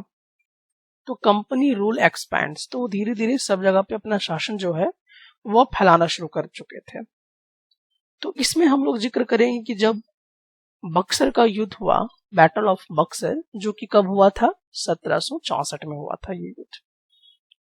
तो जब ये युद्ध हुआ और युद्ध में जब अंग्रेजों की जीत हो गई, तो इस युद्ध के बाद रेसिडेंस जो है वो अपॉइंट किए गए, चुने गए। अब रेजिडेंस क्या होता है इसको थोड़ा समझिए। रेजिडेंस जो कि ईस्ट इंडिया कंपनी के ही लोग थे, तो इनका ये काम था कि जो भी पॉलिटिकल और जो कमर्शियल है उसका ये एजेंट बनते थे। यानी कि जो भी राजनीति से लेना देना है या जो भी व्यापार से लेना देना है, इस पर निर्णय लेना या नजर बनाए रखना इन रेजिडेंस का काम था। तो जो रेजिडेंस थे ये एक्चुअली एजेंट बन गए, किसके, पॉलिटिकल और कमर्शियल एजेंट बन गए ये। तो जैसे कि आप यहाँ पे देख सकते हैं कि ये जो आपको दिखाई दे रहे हैं, या यहाँ पर ये सब जो आपको दिखाई दे रहे हैं, ये सब रेजिडेंस हैं, यानी कि इन सबको अपॉइंट किया गया था। तो आप यहाँ पे देख रहे हैं कि यहाँ पे अवध के नवाब हैं, उनके बीच में इनके साथ तस्वीरें हैं। हालांकि यही लोग जो रेजिडेंस लोग हैं, इनसे ये सारे सत्ता वगैरह पावर वगैरह छीन भी लेते हैं। और यहाँ पे जो अवध के नवाब हैं वो अपने बच्चों के साथ फोटो खिंचा रहे हैं रेजिडेंस के साथ। तो एक्चुअली इन्हीं को हम लोग क्या कहते हैं, रेजिडेंस कहते हैं। और इनका काम था कि पॉलिटिकल और कमर्शियल जो यानी व्यापार संबंधी बातें या पॉलिटिकल बातें हैं, इनका ये एजेंट थे। और इनका काम ये था कि आप किस प्रकार से कंपनी के लिए काम करेंगे, कंपनी के हितों का रक्षा करना है, आपको कंपनी को नुकसान से बचाना है, कंपनी को ज्यादा फायदा पहुंचाना है। तो इनका यही काम था। जो रेजिडेंट्स वगैरह थे तो इनका काम था सर्व करना, ठीक है, इन हितों का रक्षा करना था और ज्यादा से ज्यादा मुनाफा कमाने का प्रयास इन लोगों का था। यहां तक कि ये जो रेजिडेंट्स लोग हैं, ये रेजिडेंट्स लोग क्या करना शुरू कर दिए कि बहुत सारे जो भारत के जो स्टेट्स थे, वहां के जो नवाब थे, वहां पे जो राजनीति वगैरह चल रही थी, उस पे भी ये दखल अंदाजी करना शुरू कर दिए थे। यानी दखल डालना शुरू कर दिए, इंटरफेयर करना शुरू कर दिए थे, हर मामले में टांग अड़ाना शुरू कर चुके थे। यही डिसाइड करते थे कि किनको राजा कहाँ का बनना है, उनको कौन सा पद देना है, किस प्रशासन को वो चलाएंगे, इस तमाम तरह की जो चीजें हैं ये सब डिसाइड करना शुरू कर दिए थे। यहां तक कि जो इंडियन रूलर्स है, जो भारत का शासक था, उसको भी ये डिसाइड करते थे कि आपको आर्मी रखने की जरूरत नहीं है। ये आर्मी खुद देते थे, अंग्रेज लोग ही क्या करते थे, आर्मी देते थे। और आर्मी देकर ये क्या करते थे कि उनसे उसके एवज में पैसा लिया करते थे, उस आर्मी का पैसा लिया करते थे। और जो भी शासन वगैरह वहां पे था, जो स्थानीय शासक लोग थे, उनको ये बिल्कुल परमिशन नहीं था कि आप आर्मी रखिए। तो इस प्रकार से क्या हुआ कि जो सैनिक रखते थे, जो इंडियन रूलर्स थे, और वो अगर पेमेंट नहीं कर पाते थे, उनका पैसा नहीं दे पाते थे, तो पेनाल्टी के तौर पे क्या होता था कि उनके इलाकों को छीन लिया जाता था। जो अंग्रेज होते थे वो इसके एवज पे क्या करते थे, जो राजा हैं, जो नवाब हैं, उनका जो इलाका आता था उनको छीन लिया करते थे। जब वो सैनिक का भरपाई नहीं कर पाते थे, सैनिक का पैसा नहीं दे पाते थे। अब आप ध्यान से देखिए कि किस प्रकार से वो धीरे धीरे सत्ता पे काबिज हो रहा है अंग्रेज लोग। तो एक उदाहरण के तौर पे हम लोग यहाँ पे देखते हैं रिचर्ड वेलेस्ली के बारे में। ये गवर्नर थे और ये 1798 से लेकर 1805 के बीच तक ये गवर्नर बने रहे। और इन्होंने क्या किया था, इन्होंने जो अवध के नवाब हैं, जैसे कि यहाँ पे मैंने आपको बताया है, तो ये जो अवध के नवाब थे उनको इन्होंने मजबूर कर दिया कि वो अपना इलाका छोड़ दे और कंपनी जो है इनसे उनका इलाका जो है वो छीन लेती है। क्यों छीनती है? क्योंकि इनको फोर्स जो है अंग्रेजों ने दिया था। अब उस फोर्स का पैसा उनको पे करना था, जो नवाब थे वो पे नहीं कर पाए, तो इसके एवज पे इनके इलाका को ही छीन लिया गया और इनके पावर को छीन लिया गया। तो इसी तरह से हैदराबाद में कई ऐसे इलाके थे जहां पर इसी तरह से धीरे धीरे सारे इलाकों को अंग्रेजों ने छीन लिया। जो रेजिडेंट होते थे उनके पास किस तरह की पावर होती थी, ये यहाँ पर जेम्स मिल जो है वो यहाँ पे लिखते हैं। तो जेम्स मिल कौन थे पहले हम लोग जान लेते हैं। तो जेम्स मिल एक इकोनॉमिस्ट थे और एक पॉलिटिकल फिलोसोफर थे जो स्कॉटलैंड से आए हुए थे। और इन्होंने कहा था कि जो रेजिडेंट का चुनाव होगा वो कौन करेगा, कंपनी करेगा। कंपनी अपॉइंट करती थी रेजिडेंट को। अब ये देखना है कि रेजिडेंट के पास पावर क्या है। तो जो रेजिडेंट होता था वो उस कंट्री का किंग के जैसा देखा जाता था, वो उस देश का राजा माना जाता था। और वो जो इंस्ट्रक्शन आपको देता, इंजक्शंस देता, इंजक्शन का मतलब इंस्ट्रक्शंस, तो वो जो निर्देश वगैरह देता उस पे किसी को दखल अंदाजी नहीं करना है, उसका विरोध नहीं करना है, आपको उसका काम करना है। और जो आपके वहां के राजा हैं, जो भारत के, जो कि दब्बू राजा हैं, दब्बूपन उनके अंदर है, अगर वो नहीं मानते और किसी तरह का विरोध वगैरह करते हैं तो इसे गलत माना जाएगा ब्रिटिश गवर्नमेंट के अकॉर्डिंग। और अगर उनके साथ जो भी चलते हैं, यानी कि जिस तरह से अंग्रेज कह रहे हैं, अगर उनके साथ वो चलते हैं तो सब कुछ ठीक ठाक चलेगा। लेकिन अगर उनके विरोध में या अगेंस्ट में काम होता है तो काफी उथल पुथल जैसी स्थिति जो है वो पैदा हो जाएगी।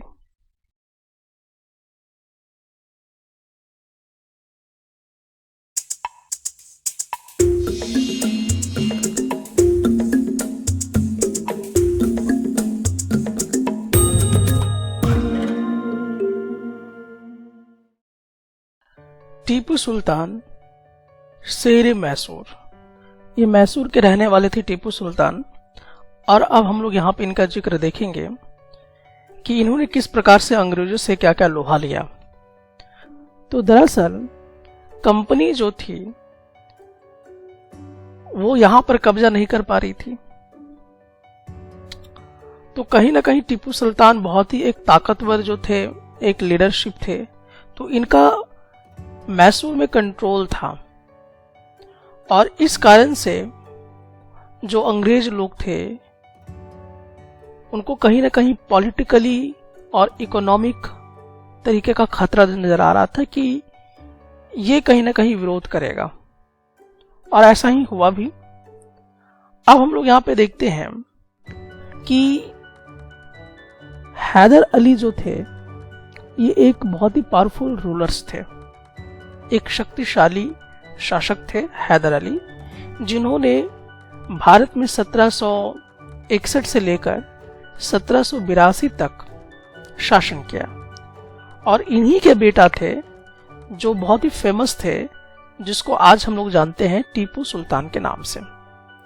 तो टीपू सुल्तान जो थे, इनका जो शासनकाल रहा वो 1782 से लेकर 1799 तक रहा।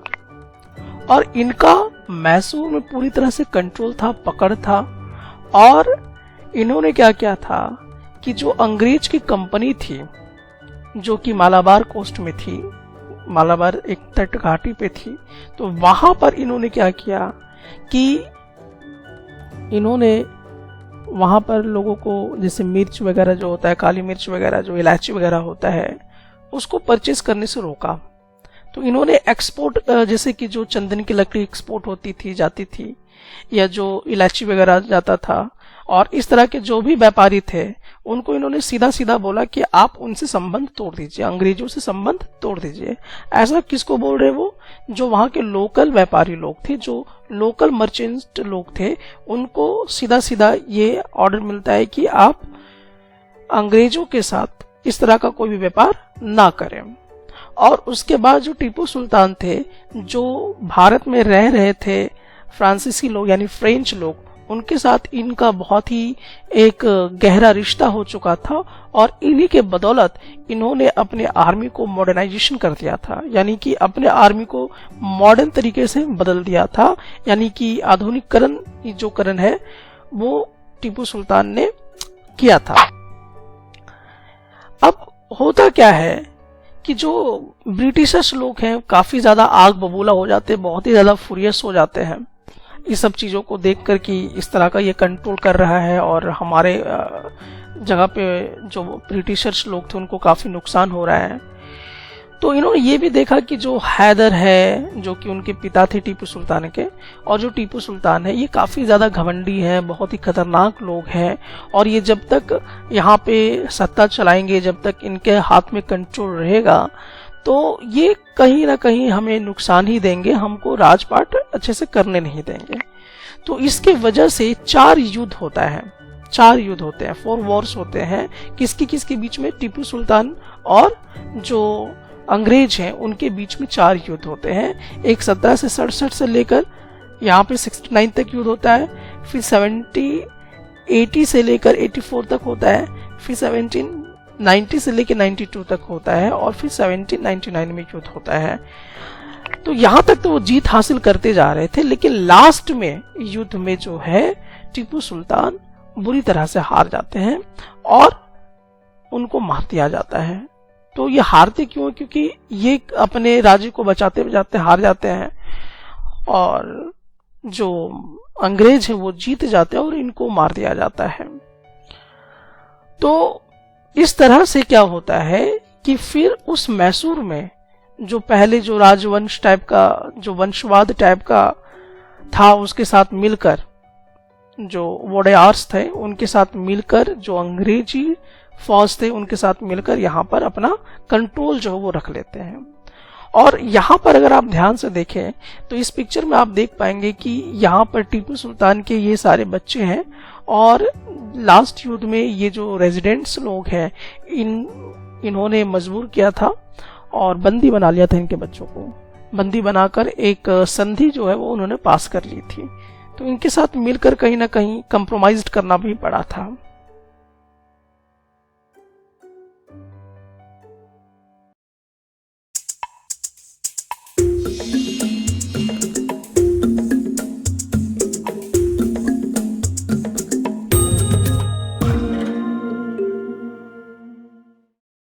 (1782) में मैसूर के राजा बने टीपू सुल्तान के बारे में कहा जाता है कि एक बार वे अपने फ्रांसीसी दोस्त के साथ जंगल में शिकार खेलने गए थे।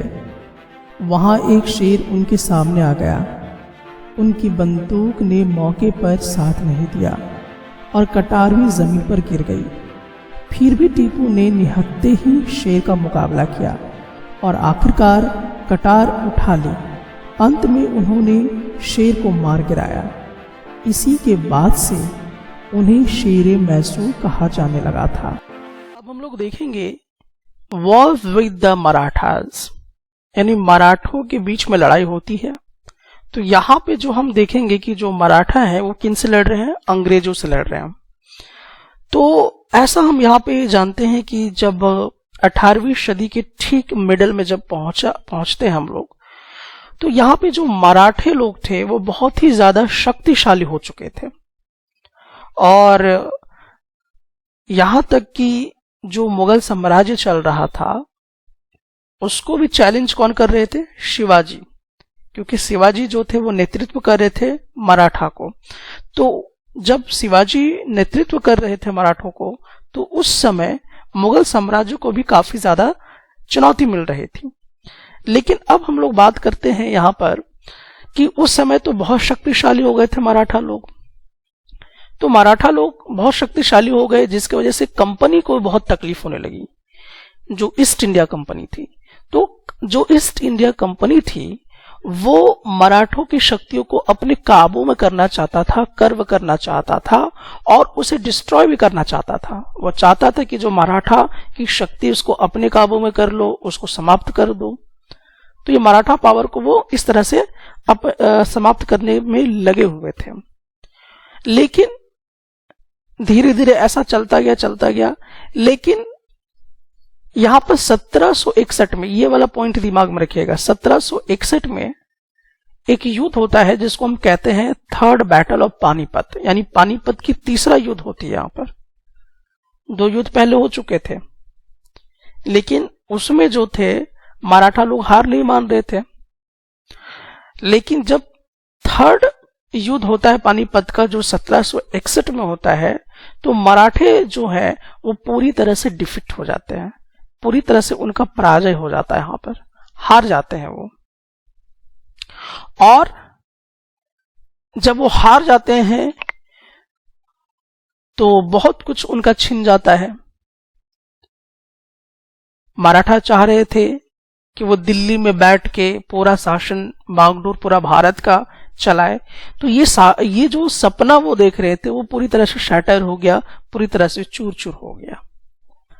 और जब अंग्रेजों ने मराठों को पूरी तरह से हराया, जब उनको अपने काबू में ले लिया, तो उन्होंने क्या किया कि वंशवाद के हिसाब से, राजवंश के हिसाब से, डायनेस्टी के हिसाब से उन लोगों को वो अलग अलग स्टेट्स में डिवाइड कर दिया। जैसे यहां पे देख सकते, एक सिंधिया में किसी को कर दिया गया, किसी को होलकार में, गायकवाड़ में, भोसले में। तो अलग अलग स्टेट में डिवीजन कर दिया। किसने किया? अंग्रेजों ने कर दिया। तो अब इस प्रकार से जब ये तृतीय पानीपत युद्ध जब हुआ, वहां पे हार हुआ, तो एक पेशवा एक पद होता है। तो पेशवा जो था, पेशवा मराठा संघ का अध्यक्ष था। पेशवा कौन था? मराठा संघ का अध्यक्ष था। और अंग्रेज लोग थे पेशवा पद के लिए वृद्ध रघुनाथ राव को समर्थन देता है, जबकि जितने बाकी बचे हुए मराठा लोग थे वो किनको दे रहे थे समर्थन? नाना फडणवीस को दे रहे थे। तो यहां पे देखिएगा ध्यान से, नाना फडणवीस को दे रहे थे समर्थन और अंग्रेज किसी और को दे रहे थे समर्थन। तो जब ये इस तरह का टकराव आ गया तो अंततः दोनों के बीच में युद्ध होता है, और जब दोनों के बीच में युद्ध होता है तो हार होती है। अब जब हार होता है तो पूरी तरह से जो मराठा शक्ति थी वो बर्बाद हो जाती है, समाप्त कर दिया जाता है, और पेशवा पद भी जो था उसको भी खत्म कर दिया जाता है।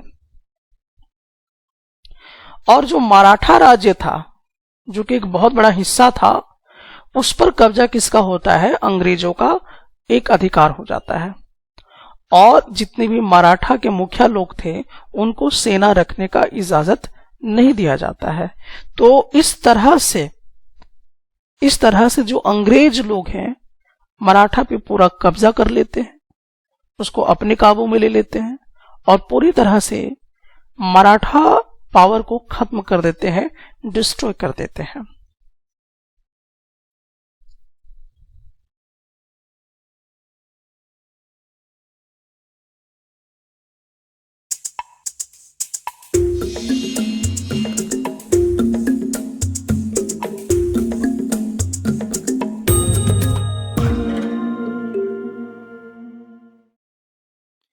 इन्हें आप देखिए, इनका नाम था लॉर्ड हेस्टिंग्स, और ये जो थे ये गवर्नर थे, जनरल गवर्नर बन के आए थे। और इनका जो शासनकाल रहा था वो कब तक रहा? इनका शासन मतलब कि इन्होंने 1813 से लेकर 1823 तक ये गवर्नर बने रहे भारत में आकर, और इनका नाम आप अच्छे से याद रखिएगा, लॉर्ड हेस्टिंग्स। अब अगर इनका जिक्र हो रहा है तो कहीं ना कहीं इन्होंने कोई पॉलिसी डेवलप की होगी, तो उसको हम लोग यहाँ पे देखेंगे कि इन्होंने किस तरह का क्या पॉलिसी लेकर आया था। तो एक्चुअली इन्होंने एक पॉलिसी बनाया, और पॉलिसी में इन्होंने क्या पॉलिसी बनाया था? पैरामोंटेसी का पॉलिसी बनाया था इन्होंने। अब ये क्या है? यहां तक तो हम लोग समझ रहे हैं कि जो ईस्ट इंडिया कंपनी है बहुत ही ज्यादा अग्रेसिव होते जा रही थी और भारत के कई इलाकों में अपना एक्सपेंशन कर रही थी, अपना विस्तार करते जा रही थी। लेकिन ये जो विस्तार कर रहे थे ये बहुत ही अग्रेसिव होके कर रहे थे। तो जब नया पॉलिसी जो गवर्नर हैं लॉर्ड हेस्टिंग्स, इन्होंने एक नई पॉलिसी डेवलप की, और इस पॉलिसी का नाम क्या था? पैरामोंटेसी। याद रखिएगा, पैरामोंटेसी। तो लॉर्ड हेस्टिंग ने एक पॉलिसी लेकर आया जिसका नाम था पैरामोंटेसी, यानी कि सर्वोच्च होने का दावा इन्होंने यहां पे करना शुरू किया। तो ये पॉलिसी उन्होंने लेके आया, और इसमें उन्होंने जिक्र किया कि जो ईस्ट इंडिया कंपनी है वही सबसे ज्यादा सर्वोच्च है, और वो उनका जो पावर है, यानी कि जो कंपनी का जो पावर है वो बहुत ही ज्यादा ग्रेटर है किससे? इंडियन स्टेट से। इंडियन स्टेट का पावर उतना मायने नहीं रखता है किसके लिए? कंपनी के लिए। कंपनी जो है वो सर्वोच्च है, यानी उसका पावर बहुत ही इंपॉर्टेंट रखता है। और यही वजह रहा कि उन्होंने जितने भी इंडियन किंगडम थे, जहां जहां पे भारत के शासन चल रहे थे, वहां पे उन लोगों ने कब्जा करना शुरू कर दिया इस बात पर। लेकिन ये जो है ज्यादा देर तक नहीं चला, ठीक है। वो जब कब्जा करना शुरू किए, लेकिन ऐसा नहीं था कि वो सब जगह पे कब्जा करना शुरू कर दिए। उनको एक जगह पर चुनौती मिलना शुरू हो गया। कहां पे चुनौती मिला? तो कितूर में। कितूर जो है एक जगह का नाम है, जो कि अब वो कर्नाटका के नाम से जाना जाता है। कर्नाटक को पहले हम लोग क्या बोलते थे? कित्तूर बोला करते थे। तो कित्तूर में वहां पर भी कब्जा करना चाहते थे अंग्रेज लोग, और जो वहां स्टेट था, मतलब जो कर्नाटक का स्टेट था, उसको हथियाना चाहते थे, उसको कब्जा करना चाहते थे। लेकिन यहां पर रानी चन्नम्मा जो है वो विरोध प्रकट करती हैं। रानी चन्नम्मा जो है वो क्या कर देती हैं? यहाँ पे विरोध प्रकट करती हैं और हथियार उठा लेती हैं ब्रिटिशर्स के खिलाफ, और एक आंदोलन जो वो चलाना शुरू कर देती हैं कि आप हमारे राज्य में आकर कब्जा नहीं कर सकते हैं। तो हुआ क्या फिर? लास्ट में युद्ध वगैरह तो होता ही रहा, और लास्ट में रानी चेन्नम्मा को 1824 में अरेस्ट कर लिया जाता है और फिर उसको जेल भेज दिया जाता है 1829 में, और वो उसी समय मर भी जाती हैं। तो उनको अरेस्ट किया जाता है, फिर जेल में भेजा जाता है और फिर जेल में ही ये मर जाती हैं। लेकिन ऐसा नहीं था कि मोमेंट खत्म हो गया था। तो एक रैना थी, एक रायना जो थी थे जो बहुत ही गरीब चौकीदार था, जो कि कितूर कहीं एक जगह पे रहते थे जिसका नाम था संगोली। संगोली एक छोटा सा जगह का नाम है जो कि कितूर में था, यानी कि जो कर्नाटक में था। तो वहां पे एक गरीब चौकीदार था जिसका नाम था रायना। वो क्या कर देता है कि इस आंदोलन को आगे बढ़ाता है, और इस आंदोलन को आगे बढ़ाते बढ़ाते इनको काफी ज्यादा सपोर्ट मिलता है सब जगह से। तो सपोर्ट के माध्यम से जितने भी अंग्रेज लोग के अड्डे थे, कैंप वगैरह थे, या जितने भी उनके दस्तावेज थे, रिकॉर्ड्स वगैरह, उन सब को जो रायना है वो खत्म कर देता है। और लास्ट में फिर यहाँ पे आप देखेंगे कि जो रायना है उसको पकड़ लिया जाता है, हिरासत में ले लिया जाता है और फिर उसको फांसी में लटका दिया जाता है। और ये कब लटकाया जाता है? 1830 में। तो अंग्रेज फिर इनको भी फांसी पे लटका देते हैं। तो आगे जाकर हम इसकी काफी डिटेल जो है वो यहाँ पे देखेंगे। उसके बाद अब देखिए धीरे धीरे हुआ क्या कि जो ईस्ट इंडिया कंपनी है अब तो इस तरह से कर्नाटक में फैल चुका था। तो धीरे धीरे अब कंपनी जो है आगे की तरफ मूव कर रही थी, लेकिन कंपनी के पास एक प्रॉब्लम आ जाता है। क्या प्रॉब्लम आता है? इसको डर पैदा हो जाता है। किससे डर पैदा होता है? रशिया से। अब रशिया से क्यों इसको डर पैदा हो रहा था? क्योंकि रशिया जो है वो लगातार फैलता जा रहा था। तो कहीं ना कहीं अंग्रेज को ये डर था कि रशिया जो है वो पूरे एशिया में ना फैल जाए और नॉर्थ वेस्ट के तरफ से जो रशिया है वो कहीं भारत में ना घुस जाए। तो इस डर से जो ब्रिटिश लोग थे वो चाहते थे कि नॉर्थ वेस्ट को अपने कब्जा में ले लिए, क्योंकि रशिया लोग अगर आएंगे तो इधर से ही आएंगे, नॉर्थ वेस्ट से आएंगे, तो फिर उनका आपस में लड़ाई हो जाएगा। तो वो इस वाले नॉर्थ वेस्ट वाले पे जाके अपना कब्जा कर लेते हैं। लेकिन यहां पर इनको सामना करना पड़ता है किनसे? अफगानिस्तान से। तो अफगानिस्तान से इनको सामना करना पड़ता है। तो ये वहां पर भी एक लंबा लड़ाई लड़ते हैं और यहाँ पर 1838 और 1842 के बीच में घमासान युद्ध होती है। और उसके बाद धीरे धीरे जो है इनडायरेक्ट वे में कंपनी जो है वहां पर शासन करना शुरू कर देती है। और 1843 आते आते तक में सिंध में जो है जो कंपनी है ईस्ट इंडिया कंपनी वो यहाँ पर अपना कब्जा जो है वो बना लेती है। अब बारी आ जाती है किसकी? पंजाब की। किसकी बारी आएगी? पंजाब। अब पंजाब में कब्जा करेंगे ये लोग। अभी तक तो सिंध में कब्जा कर चुके थे, अब कहां कब्जा करने जा रहे हैं? पंजाब में कब्जा करने जा रहे हैं। तो पंजाब में एक बहुत ही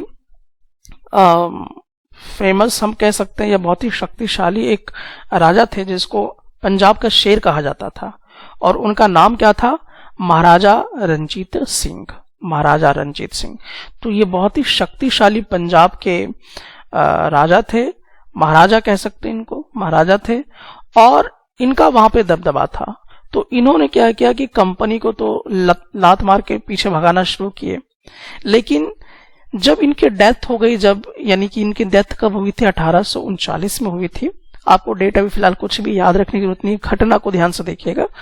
तो जब महाराजा का डेथ हो जाता है रणजीत सिंह का, तो फिर यहां पर क्या होता है कि सिख किंगडम के बीच में एक युद्ध चलता है, और इस युद्ध में जो फाइनली जो एक रिजल्ट निकल के आता है 1849 में पंजाब पूरी तरह से कब्जे में आ जाता है। किसके कब्जे में आ जाता है? अंग्रेजों के कब्जे में आ जाता है। अंग्रेज जो है इस पर कब्जा कर लेते हैं। तो अंग्रेज कब तक कब्जा नहीं कर पा रहे थे? जब तक रंजीत सिंह जिंदा था।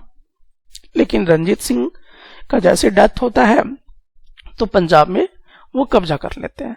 तो यहां पर आपने क्या देखा कि किस प्रकार से वो भारत के जितने भी शासक थे उनको वो लगातार डिफीट करते चले गए, और यहां पर उनको खतरा जब महसूस हुआ रशिया लोगों से, तो किस प्रकार से उन्होंने क्या किया कि जो आपका नॉर्थ वेस्ट था वहां पर जाके कब्जा कर लेते हैं, तो उनका मुकाबला अफगान से होता है, तो वहां पर भी वो जीत हासिल कर लेते हैं। तो इस प्रकार से जो अंग्रेज लोग थे वो धीरे धीरे सब जगह पे कब्जा करते जा रहे थे।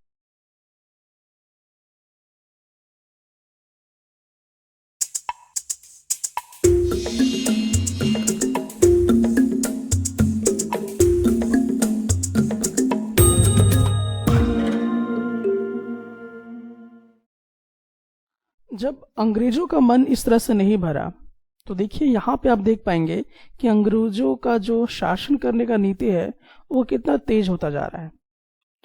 तो एक नीति आया जिसको हम विलय नीति कहते हैं, यानी कि डॉक्ट्राइन ऑफ लैप्स कहा जाता है।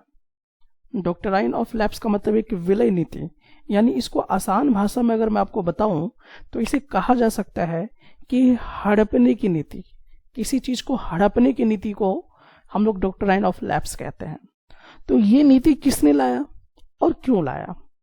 तो दरअसल ये नीति लेकर आए थे डलहौजी। डलहौजी इनका पूरा नाम था, लॉर्ड डलहौजी।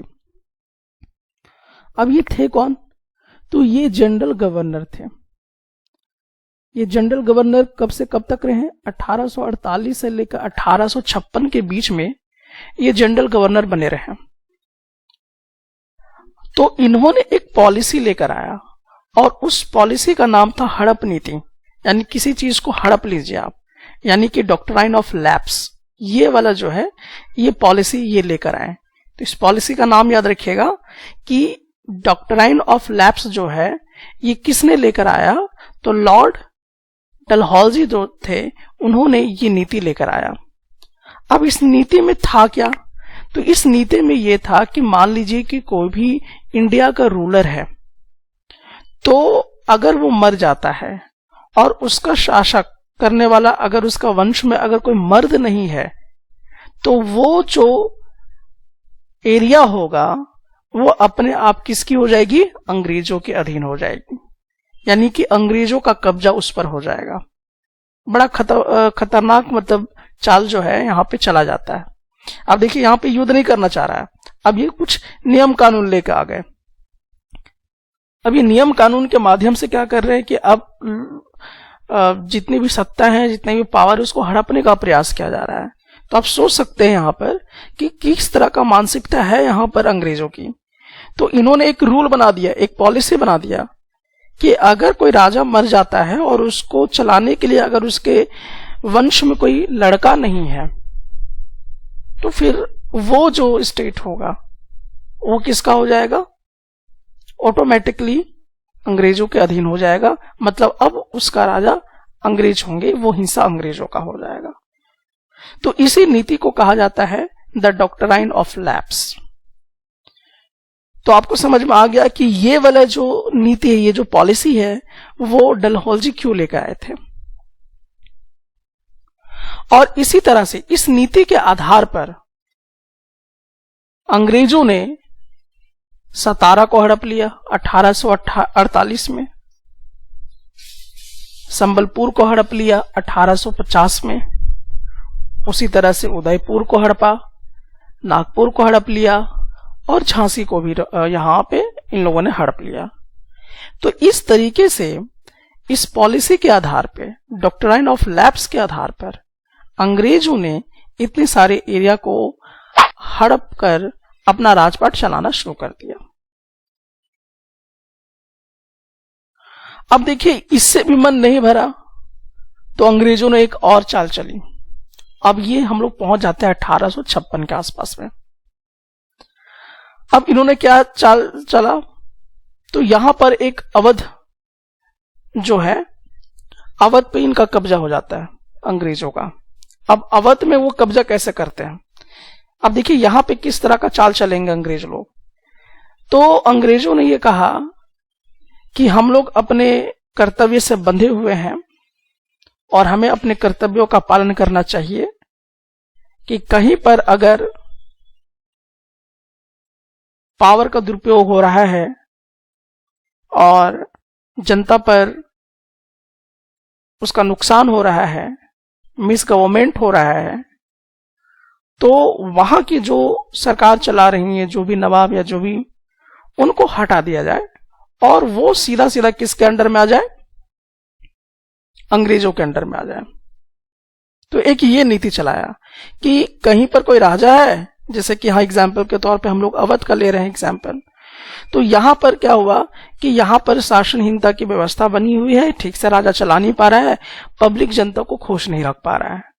तो अब इस कारण से अंग्रेज कह रहे हैं क्या बता के कि ये मेरा कर्तव्य है, ये हमारा कर्तव्य है कि अब जो वहां जनता है उनको इन सब चीजों से मुक्त करें, आजाद करें। तो इसके लिए वो क्या करेंगे कि वहां के राजपाट को ये खुद संभाल लेंगे, मिस गवर्नमेंट का खिलाफ। तो इस तरीके से भी उन्होंने क्या किया, हड़पना शुरू किया। और जब इस तरह से वो करना शुरू किए तो वहां के जो लोग थे, अवध के जो लोग थे, वही जो थे एक बहुत बड़ा जंग छेड़ देते हैं अंग्रेजों के खिलाफ। अब चलिए हम लोग यहां पे समझेंगे कि किस प्रकार से इंडिया कैसे कैसे गुलाम बनता गया, कैसे कैसे अंग्रेज इनको कब्जा करते गए, किस किस साल में। तो अगर आप यहां पर देखेंगे 1797 में देखिए भारत का रूप क्या है। यहां पे आप देख सकते हैं कि जो पीला वाला पार्ट आपको दिखाई देगा वो अंग्रेजों ने हथिया लिया था, और लाल वाला इस टाइप का जो आपको रंग दिखाई दे रहा है अभी ये आपका फ्री है, यानी कि अभी भारत के लोग यहाँ शासन कर रहे हैं। तो देखिए जब 1797 में आया तो पीला वाला पार्ट आपको यहां से यहां तक दिखाई दे रहा होगा, ठीक है। तो ये वाला पार्ट जो है इसको कौन कब्जा कर लिया, अंग्रेज लोग कब्जा कर लिए, यानी बनारस की बात कर रहे हैं, कलकत्ता की बात कर रहे हैं। फिर देखिए यहाँ पे धीरे धीरे इन्होंने क्या किया, कब्जा कर लिया। फिर आप यहाँ से यहाँ देखिए, यहाँ पे इन्होंने कब्जा करना शुरू किया, फिर यहाँ मद्रास में कब्जा करना शुरू किया, फिर यहाँ पे कब्जा किया। तो धीरे धीरे इस तरीके से क्या किया, अंग्रेजों ने 1797 में बहुत थोड़ा सा कब्जा किया। अब देखिए कब्जा करते करते करते और बढ़ गए, अब तो यहीं तक थे, अब देखिए धीरे धीरे फैलना शुरू कर दिए, यहां से यहां देख रहे हैं आप, ठीक है। तो यहां से यहां पूरी तरह से जो है ये फैलना शुरू हो गया। अब अंग्रेजों ने ज्यादा कब्जा करना शुरू किया, ज्यादा नियंत्रण में अपना, मतलब देखिए कि क्षेत्र का विस्तार वो कर रहे थे कैसे। उसके बाद देखिए जब 1857 तक ये पहुंचते हैं तो ये लगभग सब जगह पे कब्जा कर लेते हैं, भारत के चारों तरफ से घेर लेते हैं। तो आप यहाँ पे देख सकते हैं कि जब 1797 में अंग्रेज लोग आए तो इतना कब्जा किया, और जब 1840 में आए तो इस प्रकार से इन्होंने कब्जा किया, और 1857 पहुंचते पहुंचते आप देख सकते हैं भारत के कितने सारे क्षेत्र में इन्होंने कब्जा कर लिया।